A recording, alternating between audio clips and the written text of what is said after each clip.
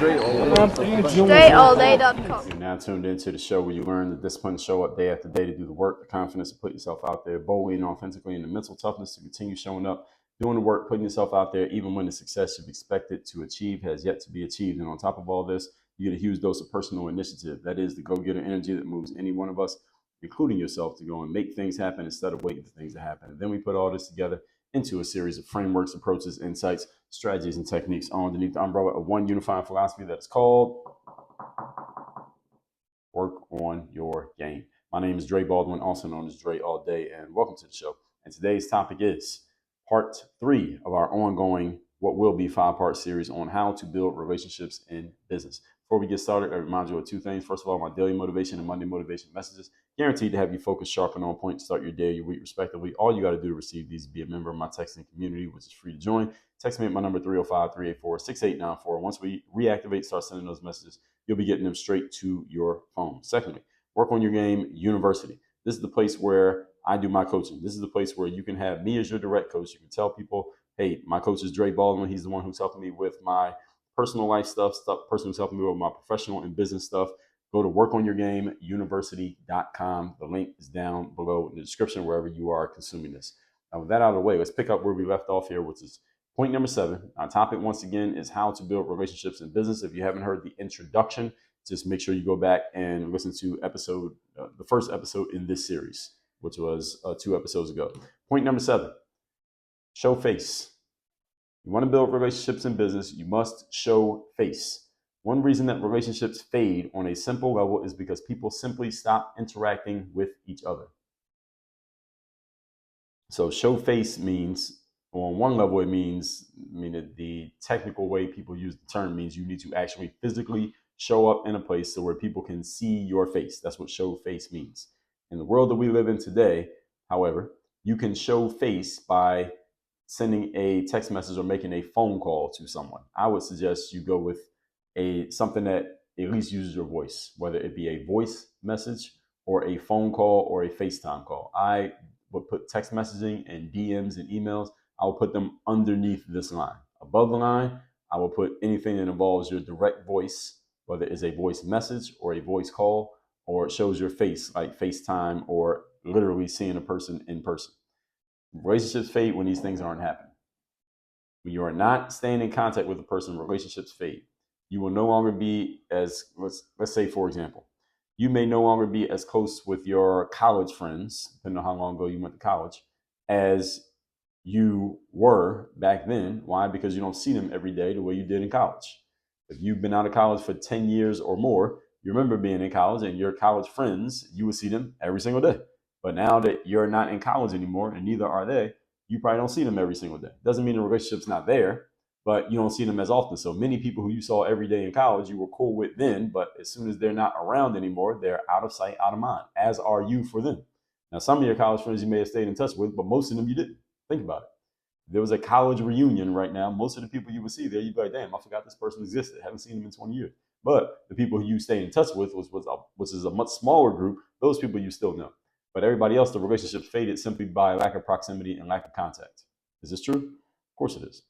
Same thing happened with your friends growing up, your coworkers from a past job, or even family members. This can happen when you're not physically in contact with a person on a consistent basis. Like, I have cousins who I know that they exist. I know their names. If one of them walked in the room right now, I would know them, but I have not spoken directly to them in years. We just have not maintained the relationship. So I would have to catch up with this person on what the hell's been going on with their life, because it's been a long time since I've talked to them at all for any reason. And they would need to catch up on mine too, if they were so interested. So anytime you want to maintain a relationship, you must have a consistent process for staying in touch with that person. And you can be the one staying in touch. You can simply put time on your calendar or put notes, depending on how detailed you want to be. You can have a whole Rolodex that says, okay, every 6 months I need to reach out to this person. I just reached them. Okay, let me make a note for 6 months from now. Let me reach out to them again. But you got to maintain a relationship somehow, some way. To maintain any relationship, you must stay in touch, professional or personal. This applies at work and in life. Whether you do so, as I already talked about, phone calls, seeing people in person, or any other form of communication, you must keep the lines open. Failure to do so will be costly. All right, for one, the relationship is over, and now you can't use them, they can't use you. In our business, for example, I'm making a note to continually follow up on anyone who we've talked to in the past. Let's say, for example, person who has expressed even a small interest in working with us as a member of our university, Work on Your Game University, someone who's expressed interest in hiring me for a speaking event, whether they did it or they did not do it, or any form of consulting for a business, for example. So we have a whole CRM full of people, and we have marks and tags and descriptions of people who have shown interest, but they didn't actually end up doing a business transaction with us, but they were interested. We stay in touch with those people because whatever the situation was 6 months ago may be different 6 months from now. It may be different next year, maybe different 5 years from now. So we stay in touch just in case. Hey, don't forget that we exist. Don't forget that we had this over here. Don't forget about that conversation that we had.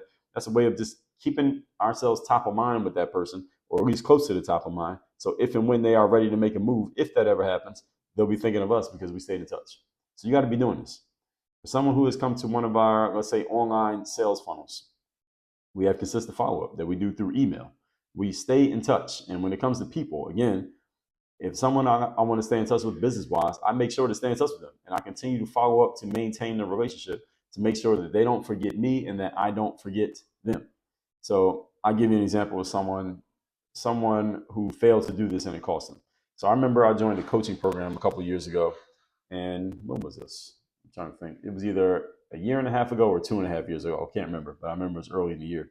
And when I joined the coaching program, I started getting member-based emails. I was already getting emails from this person because I was on their email list before I joined their program. But then I joined their coaching program, and then I started getting emails that only go to the members. And at one point, they were doing like a challenge to push all their members to make a certain number of sales, make a certain amount of money. And I got the first email. It was like one of the first emails I got was, okay, we have this challenge going on from now until whatever date. And there was a bunch of people obviously already in the program before I joined. And I'm just looking at the email and I'm just reading through the names on the list, like the leaderboard. And I noticed a name of a person who I knew. And I had not spoken to this person in a while. It'd been a couple of years since I had spoken to this individual, but I saw their name on the list and I know it was them. So I reached out to them. I either sent them a text message. I think I sent them a text message first, and then they responded, and then we just called each other, and we're talking on the phone. And I said to this person, "Hey, I didn't know you were part of such and such program." They said, "Yeah, send me the email. Let me see." And I forwarded the email to them so they could see their own name on it, leaderboard, because they hadn't even seen it.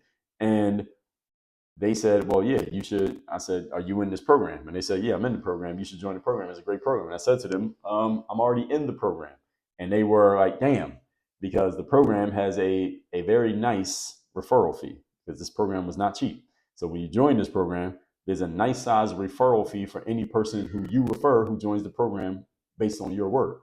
And I gladly would have used that person as my referring member had I been in touch with them or had they told me about the program. But since they didn't do it, I joined the program without having talked to them. And then I was already in by the time they found out I was in. They missed out on a nice amount of money that they could have got by getting that referral bonus simply because they had failed to stay in touch with me. So again, they could have easily referred me and got the bonus, but because they failed to stay in touch, I joined without talking to them. Therefore, the bonus got missed. Nobody got the money. The company got to keep all the money. So this is why you want to stay in touch.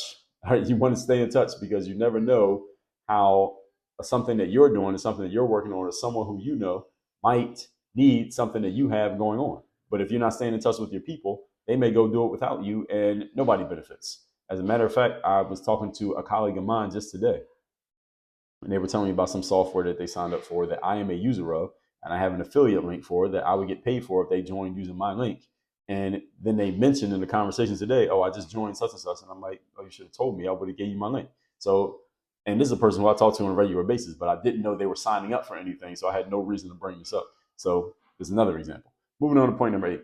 Today's topic, once again, is how to build relationships in business. Number 8, be in the room. This is something that we've talked about a lot here on the show. I've done whole episodes on being in the room. Understand, folks, that yes, we can use our phones. Yes, we have social media. Yes, you can do DMs, FaceTimes, text messages, emails, etc. But we are still human. We will always be human regardless of what technology comes along. And relationships are built by face-to-face, in-person connection. Relationships are built through face-to-face, in-person connection. In short, It is easier to build a relationship through a shook hand than it is through an email or a text message. All right, this will always be true. You can build a relationship quicker with more people through shaking hands than you can through sending emails and text messages, especially if it's a person you've never met before.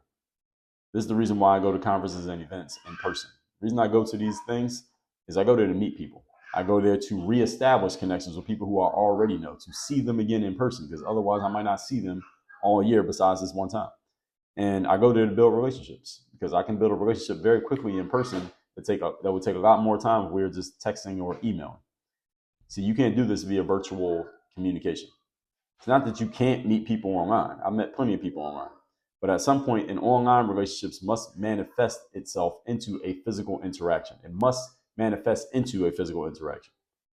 Meaning you have to meet a person in person, shake their hand, give them a hug, talk to them face to face, exchange physical human energy with that person in the same physical space. Relationships build a lot faster in person than they ever will through digital engagement. So go ahead and use your digital stuff, use your FaceTime, use your text messages, send your emails, but understand that if you want to build a solid relationship with another person, the fastest and most solid way to do it is in person. This is why you have to physically show up. All right, so you can't do everything from your phone. You can't do everything from your couch. You got to go to where it's at.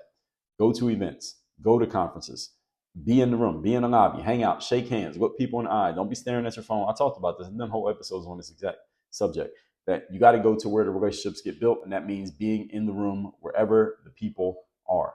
Point number 9. Today's topic, once again, is how to build relationships in business. Number 9, be a connector. A connector is a person who tells another person that there's a third person that the second person should meet, and then they facilitate the meeting. So, for example, I got a text message from a friend of mine once who said, Dre, I got some friends who are in Miami that you should meet. I'm going to send a group text. Actually, they sent the group text. They didn't even ask me. They just sent the group text that had me and this friend in the group text and said, hey, Dre, hey, Mike, whoever the other person's name was, I want to introduce you to. And then they explained why, hey, Dre, let me tell you about Mike. Mike, let me tell you about Dre. I'll let you two take it from here. Y'all were both in the same town. Y'all should meet up. And I started talking to the guy, and we ended up meeting up. Now I added that connection, and it all came from the connector who introduced both of us to each other. You want to be that. You want to be the connector.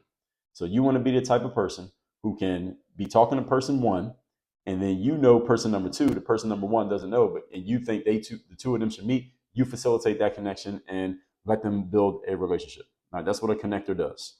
Now, why is being a connector valuable? How does this help build relationships? Because you never know what a connection between two people may lead to.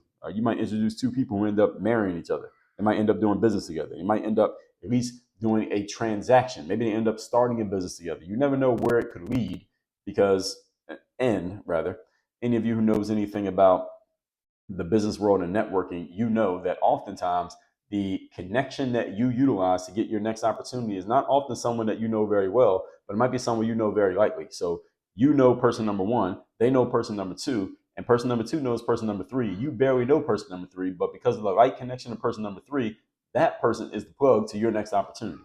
But if you didn't know person number one and number two, you would have never got connected to person number three, even though you barely know person number three. But because you both know persons number one and two, they're willing to do something for you. That's how opportunities happen, ladies and gentlemen. This is why it's never a bad thing to have more quality relationships with more people, because you're basically spreading your web out to more places and giving yourself more opportunities to catch an opportunity. The more spread out you are, and the more people know your name in a favorable way. So again, you don't necessarily have to gain anything tangible from being a connector. There are people who do. I know people who run masterminds who say, okay, any member of this mastermind, any of you all do business together, I get a 10% finder's fee, so to speak, for bringing you all together to make this connection. And in the right type of mastermind with the right type of leader, people respect that and they will do it. I'm not saying you have to do it that way. I'm saying that when you're a connector, there are ways that you can make money from being the one who facilitates the connections, or you can just be okay with making connections. You don't have to get anything out of it. And by the way, if you're dealing with high level people and someone connects you to someone else and you get an opportunity out of that, they may be bringing a kickback your way just because of that. Like if you were to call me, let's say I know you, and you reach out to me and say, hey, I know you have a coaching program. I know someone who's interested in getting a coach. Let me connect you to them. and you connect me to that person, and that person becomes one of our members of our university, I'm going to reach back to you and say, hey, thanks for giving me that connection. And I'm going to do something for you because you just brought me a new member who I didn't have to do any work to find, who otherwise may not have known me or given me consideration because they didn't know me, but because they knew you and you knew me, I got a new opportunity. I'm going to compensate you for that somehow, some way. Because high quality people always look to do this. As I told you, the law of reciprocity. So people who are quality are going to do this even if you don't ask for anything. Or you could set it up to where you literally ask for something. Either way, you'll get something back on the back end, even if it's just the energy you put out into the universe. So that same friend who I told you about who missed out on that referral bonus, we've stayed actively in touch since then. We've seen each other in person a few times, and they've even made some connections for me. They know some people here where I live that I should get to know. So this old idea, some of you remember the movie 6 Degrees of Separation between any two humans, that between you and any person on the planet, whether it's President Obama or LeBron James or Ronaldo, the soccer player, or Rihanna, the singer, there's only 6 degrees between you and them. That means if you go through 1, 2, 3, 4, 5 people, you will get right to someone who has direct contact with that individual. And that's the 6 degrees of separation. Good news in the world that we're in today, that 6 degrees has been reduced down to maybe 3 degrees of separation, maybe 4 at the most, sometimes only 2 degrees of separation. Why? Because now people have made themselves more accessible through the internet. Through the internet, you have a way almost to get direct access to damn near anybody. Like I technically could send a DM to Jennifer Lopez right now, or to LeBron James, or to the quarterback of your local pro football team. Doesn't mean they're going to respond, but I have a direct line to where I could communicate to them directly. Now, whether they see it or not, whether they respond to it or not, is a whole different story. But social media has allowed us to have a direct line to people, and the internet in general has created much more of a direct line to get to damn near anybody. Now, again, it doesn't mean it's always going to work, but it's a lot less than 6 degrees of separation nowadays. Now, again, it's only 2 or 3, maybe 4 degrees of separation. And the person who can make a direct connection to another person, despite this reduction in degrees, you now make that new connection a warm connection instead of a cold one. And this is very important. Warm connections are the kind of connections that anyone who's in sales loves. We love warm connections. Why? Because the person has come in already predisposed to say yes to us. That's the person you want to deal with in the first place. Those are people that you only want to deal with those people if you could. You can set your life up to where you're only dealing with people who are predisposed to say yes to whatever you're offering. Wouldn't that be a lot easier than what you're doing now? Of course it would. So how about you start building more relationships so you have more of these people coming your way? That's the exact point. Person you get connected to when they're warm is much more likely to listen to you and be open to what you're offering because you came recommended from someone that they already know. It's harder to get someone who doesn't know you to be open to what you are offering. It's not impossible, but it's just a little bit harder because they don't know you. This is the reason why, one of the reasons why I have this show, by the way. I don't have this show just to practice talking.